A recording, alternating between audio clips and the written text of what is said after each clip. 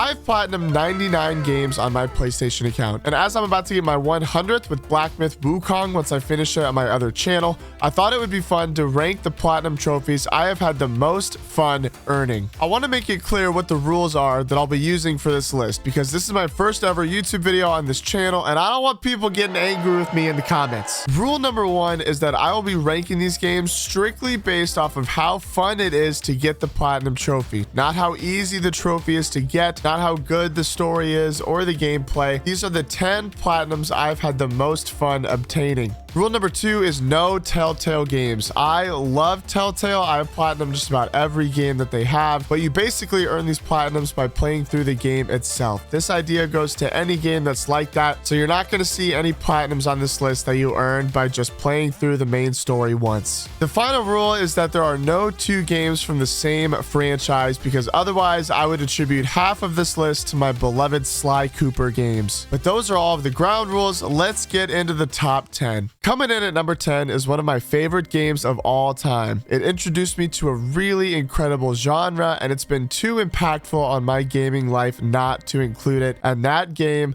is Bloodborne. In Bloodborne, you fight your way through the city of Yharnam and try to figure out the source of a disease that's creating monsters and beasts that, of course, all want to kill you. This is the first ever Souls-like game that I've ever played and is easily a top 10 game of all time for me. Yes, it is an extremely difficult genre, but it has given me some of the greatest adrenaline rushes and feelings of satisfaction that I have ever experienced in a video game. The rush you get after fighting a boss for hours and finally killing them is a feeling that made me want to play similar games after I completed it. Bloodborne is a great game, but it is only 10th on this list because it is a very difficult platinum. You have to kill every boss in the game, but the good news is that Bloodborne is pretty linear, especially compared to a game like Elden Ring. It's not too difficult to find the bosses as long as you're diligent and you're exploring. The difficult part is just defeating the bosses. Combine that with the fact that you have to get every ending in the game, and it can make this platinum pretty tedious. I was able to use a save bug to reload all of my saves and get all the different endings, so that way I didn't have to play through the entire game each time, just the final boss. But grinding aside, Bloodborne has had a huge impact on my life, and I simply had to include it on this list. Sitting at number 9 is another personal favorite of mine. I have probably put more hours into this game than every other game I have ever played combined. With over 10,000 hours in it, there was no way I could leave it off of the list. And that game, of course, is Rocket League. Rocket League is literally car soccer. You play soccer on a field, but instead of running around on feet, you drive cars and you work together to outscore your opponents. This game really captured my heart back in 2015 when it first came out. And it's the game that allowed me to become a content creator full-time, making videos and other content to help people hit the highest rank in the game just like I did. It's free, it's simple to understand, and it's really fun to play with friends. No, no, no, no, no, no, no. Oh my gosh, I can't. Although it is simple, it is extremely hard to master. There's no other game out there that's like Rocket League, so you can't really transfer over some hours from another game like if you were going from one first-person shooter to another. No, Rocket League is extremely unique, and that makes it very special. The platinum for this game is pretty straightforward as well. You just have to play around in the training sections, do a run of the season mode, and the rest will come from playing online against other opponents. While usually multiplayer trophies are a pet peeve of mine while going for a platinum, these are really easy to earn, and you can even cheese some of them offline in the exhibition mode. It is a little bit grindy. It's not the fastest platinum trophy out there, but it is a free game that is a lot of fun, especially if you have some buddies to play with and enjoy the game together. Again, there's a lot of personal bias with this selection, but it's also my list, so I can do what I want. I have a permit. This just says I can do what I want. This game has quite literally changed my life and allowed me to play video games as a job, and for that I will always be grateful, and that's why Rocket League has earned a spot at number 9 on this list. Coming in at number 8 is a game that I actually platinumed pretty recently, and it's a game I've always wanted to play but never gotten around to. It's a difficult platformer game, loved by many, and it made me want to go back and play it all over again once I finished it. Of course, I'm talking about Celeste. Celeste is a 2D platformer where you control a girl named Madeline who tries to climb Celeste Mountain and is forced to face her own anxiety and depression as they manifest themselves in different ways to prevent her from reaching the top. This game captured me from the moment I launched it with tons of levels, beautiful soundtracks, and a lot of really challenging moments that gave me a similar rush of euphoria after beating a stage I had been stuck on. Getting the platinum for this game is pretty straightforward as well. Complete every level in the game. This means going through the main chapters, obviously, and finishing each level, but Celeste, like many other games, has collectibles in each level that you can find along your path, whether it's hidden behind a fake wall, in a secret room, or just right in front of you as you're trying to complete the stage. These collectibles include strawberries, cassette tapes, and crystal hearts that you will need to track each and every one of down if you want to platinum this game. The collectibles are quite a grind, and some of the crystal hearts felt so obscure to obtain that I had to look up a guide to find them, which is really the main reason I don't have this game higher on the list. It's otherwise a very well-made game. I mentioned this with Bloodborne, but I love it when a game is able to bring emotions out of me and make me experience frustration or relief or joy. Celeste is very challenging, but the feeling of finally stringing together the perfect chain of dashes and jumps and navigating through a level for the first time is so rewarding, and it made the process of platinuming this game a breeze, even with all the collectibles that you have to find. If you're like me and have been waiting to give Celeste a go, this is your sign to finally download it and get the platinum trophy. I highly recommend it, and it has earned its spot at number 8 on the list. Number 7 is a bit of an older game. It came out back in 2007 and is now part of a series of games that is probably my favorite trilogy in all of gaming. It has some of the best storytelling I've ever experienced, and this game specifically has hands down the greatest plot twist I have ever encountered in a game, and that game is BioShock. BioShock is a dystopian shooter that takes place in an underground city called Rapture, which is created by Andrew Ryan, who's a businessman that is not happy that you are there. You'll fight your way through the city and try to escape Rapture, but I really don't want to say too much more because this is going to stay 100% spoiler free. But BioShock is an absolute masterpiece, and all 3 games in the trilogy are worth your time if you have never played them before. I honestly prefer the story and gameplay of BioShock Infinite, but in terms of this challenge and the rules we set out at the beginning, I think BioShock is probably the best platinum experience out of all of the games. In order to get the platinum for BioShock, you will have to beat it on the hardest difficulty, but since you can manually save at any time, it becomes much easier as you rely on the manual save mechanic. The game does require you to find all of the collectibles in the world, but I feel like they add so much to the story and the world and just to the overall game. It's a very small burden to carry in my opinion. There are even guides out there too that can help you get the platinum in a single playthrough that don't really spoil the story for you if you want to just do it all in one go and get all the collectibles and everything that you have to do. I would put this game a lot higher on the list, but for the sake of this challenge, again, it can be a little tedious to get the platinum in one playthrough because you do have to be very specific and meticulous to not miss some of the collectibles, which can be pretty frustrating, and there are a couple missable trophies that you have to be careful for as you're playing. Still, BioShock is a phenomenal game, and I find myself a lot of times wishing that I could erase my memory of this entire franchise so that I could experience all of it for the very first time. A man chooses, a slave obeys, and BioShock takes the number 7 spot. Number 6 on this list is a newer release with the platinum that was actually much easier than I anticipated. It's another Souls-like game that requires some patience and skill as you try to conquer all of the bosses, but it is in an entirely different setting than Bloodborne and Elden Ring. And this game, obviously, is another Crab's Treasure. This Crab Souls game makes you play as Krill, who gets his shell taken and dives into the underwater depths to try and recover it. Of course, like always, there's a deeper story to uncover, as there is a pollutant called gunk that is spreading and infecting creatures underwater.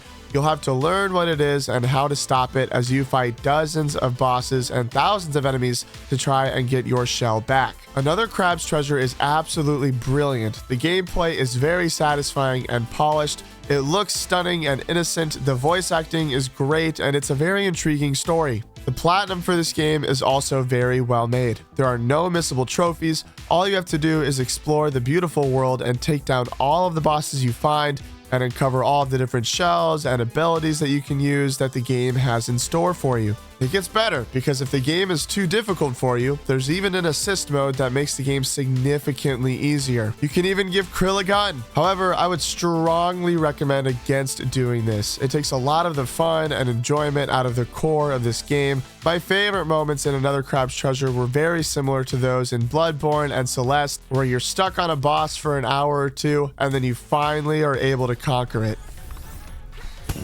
Yes! Yes!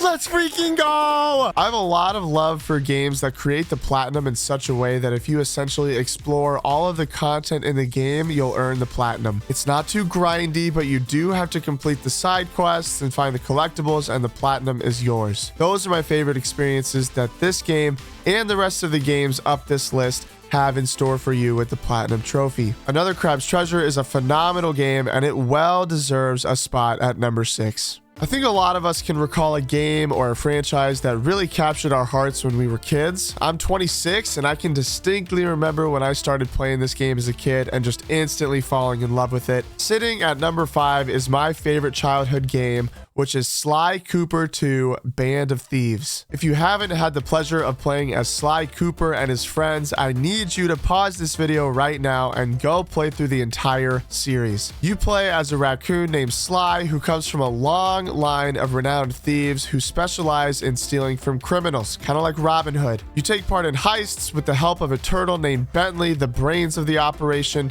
and The Murray, who's the muscle of the group. The whole series is really special, and the platinum journey for each game is fairly similar. There are different open areas that you'll come to throughout the game, each of which you can freely roam and find collectibles. You can pickpocket coins and items to upgrade your gear, and of course, learn more about the bad guys you're stealing from. It's an extremely enjoyable platinum because it's never too challenging or grindy. The hardest part of the game is finding all of the bottles in each area, and if you're not in the mood to find it, you can always look up a guide and follow it in a matter of minutes. There's just something really innocent and pure about these games. It was one of the first games I ever played all the way back on my PlayStation 2. It's clean, simple fun that still tells a compelling story with satisfying gameplay that, in my opinion, still holds up years later. I would love nothing more than to see this game get a remake for next-gen consoles. It's a fun platinum experience, and it earned my spot at number 5. Entering the top 4, I'm gonna warn you now that these are a lot of PlayStation exclusives, or at least that's how they started. I tried to incorporate variety overall on this list, but what can I say? PlayStation makes great games, and a lot of those games have great journeys to getting the platinum. Kicking those off at number 4 is another childhood favorite of mine that's gotten a lot of remasters and new additions in recent years, and it's one of the best games I've ever played natively on the PS5. That game is Ratchet and Clank Rift Apart. The newest installment in a long-running franchise. You play as a Lombax named Ratchet, along with his robotic friend Clank, and explore different worlds after the evil Dr. Nefarious creates rifts in space, leading to another playable character named Rivet, who's another Lombax. This game scratches that same childhood itch for me that Sly Cooper does, but this game is made for the PS5, and it is marvelous. The visuals are stunning, the story is fun and easy to follow, but it's the gameplay that really carries this game. There's something so satisfying about shooting up an entire area and then seeing all of the bolts just come right into your inventory. There are lots of fun weapons you can unlock, lots of areas to explore, all of which you'll have to uncover if you want to earn the platinum for this game. None of the trophies are missable, and like I said before, I love platinum trophies that don't make you grind hours for the sake of grinding, but they make you explore everything the game has to offer. I feel like Rift Apart really balances these two well. This platinum should take you less than 12 hours, especially if you use a guide, but you really don't have to do that. Explore the worlds, collect all of the collectibles, and utilize all of the weapons in the game in order to earn this platinum trophy. It's another beautiful experience on the PlayStation 5 that I cannot recommend enough, and it's why it earns number 4 on this list. Number 3 is hands down my favorite story game of all time. It's always at the top of my list for a game that I wish I could delete my memory of so I could experience all over again. Everything about this game just screams greatness and quality, and the bronze medal of this list is going to go to The Last of Us, specifically the PS5 remake. There's nothing I can say about this game that hasn't already been said and worshipped. This post-apocalyptic story game, in my opinion, tells the best narrative of any game ever made, supported by A+ acting by Troy Baker and Ashley Johnson. The remake on PS5, of course, is a massive step up in comparison to the original version that came out on the PS3, and with a runtime of about 8 to 10 hours, it's a massive disservice to the game not to get the platinum for it. The nice thing about the PS5 remake is that there are no multiplayer trophies. You just earn the platinum by beating the game and its DLC, all of which can be done on any difficulty. It's an incredible platinum experience, with most of the trophies coming from just completing the game and upgrading your gear along the way. The toughest and most tedious part of this platinum will be finding all of the collectibles throughout the game, but as somebody who's played this game over 10 times all the way through, it's well worth at least 2 playthroughs. One, just to go through the game and enjoy its story, and a second playthrough with a guide to pick up all of the collectibles and miscellaneous trophies that you missed. It even has chapter select, so you don't need to play through the whole game, just specific places where you need collectibles. Again, there's not much more I can say about this game that hasn't already been praised. It's a masterpiece of a game with an okay sequel. If you somehow have never played this game, I can't hype it up enough. It deserves all the praise it's ever been given, and it earns number 3 spot on this list. I have 2 games left on this list, and honestly, they're interchangeable. I could understand if you preferred one game over the other. You'll have to let me know in the comments what you think of the list so far, and if you think there are any games that belong on this list that I missed. The silver medal for this list is going to go to another fantastic game I platinumed a few years ago. I got to play through it on my other channel, and it's one of the most enjoyable games I've ever played. Coming in at number 2 is Marvel's Spider-Man. Honestly, you could probably put any of the 3 Spider-Man games here. They're all remarkable and have very similar platinum structures. The original Spider-Man is just a good amount shorter than its sequel, and I preferred this one over Miles Morales, although they're all phenomenal games. I don't need to tell you about Spider-Man. Surely, if you're at this point of the video, you already know what it's about. This game is made perfectly from a platinuming perspective. 0 missable trophies. All you have to do is beat the game and 100% all of the districts. It's an extremely obtainable plat, and like I've praised with previous games, it doesn't feel like it wants you to put in pointless hours just to grind trophies. Marvel's Spider-Man wants you to explore the world they created, and it feels so satisfying being able to mark off collectibles on your map as you go about each region. I can't tell you how many times I've been swinging my way to a mission when I see a backpack out of the corner of my minimap and instantly pivot to go grab it. This is also one of the only story games that I've played that has genuinely made me cry. Any story that pulls at the heartstrings of a parent-child relationship just hits deep with me, and everybody that's played it knows how cool it feels to just swing through the city with the exaggerated swagger of... Oh, never mind. Spider-Man at number 2. Before I announce number 1, I do want to give out a few honorable mentions to games that I heavily considered adding to this list, but there were a few issues with them that just barely edged them out of the top 10. The first honorable mention has to go to God of War, or God of War Ragnarok. These games are phenomenal, and I actually had Ragnarok on this list when I first drafted it. It's a fantastic game with a beautiful world, some of my favorite voice acting in all of gaming. I totally understand someone else having it on a list like this. It just has a massive runtime with about 45 hours to the platinum, so for me, it stayed off the list. Up next, I have The Witcher 3. Fantastic game. Top 3 all time for me, but there are a ton of missable trophies throughout the game, and you have to beat it on Death March, which is the hardest difficulty, which makes it a very long, very grueling platinum, although it is worth it if you have the time. Hollow Knight is another phenomenal game that I platinumed recently, but again, it has a very long runtime and has one of the most difficult trophies I have ever earned in the Pantheons. I highly recommend the game. It is brilliant, but the platinum is very daunting. Batman's Arkham trilogy also made the list briefly, but after re-examining the trophies, I remembered how long and tedious all of the Riddler trophies were, so it immediately got knocked off the list. The last honorable mention is going to go to the Star Wars Jedi games. I loved both Fallen Order and Survivor. Love the stories, love the worlds, but exploring them was just way too boring for me personally. Especially Survivor. I had to spend dozens of hours following a guide just to 100% all of the planets. They are great games, just a little bit too much for me for the plat. But number one on this list, you've probably guessed it by now, there aren't that many other games left with the platinum experience better than games like Spider-Man or Ratchet and Clank. Coming in at number one is Sly Cooper 3. Nah, I'm just kidding. Gold medal's gonna go to Ghost of Tsushima. Another PlayStation game comes out on top, although I think this one's out on PC now.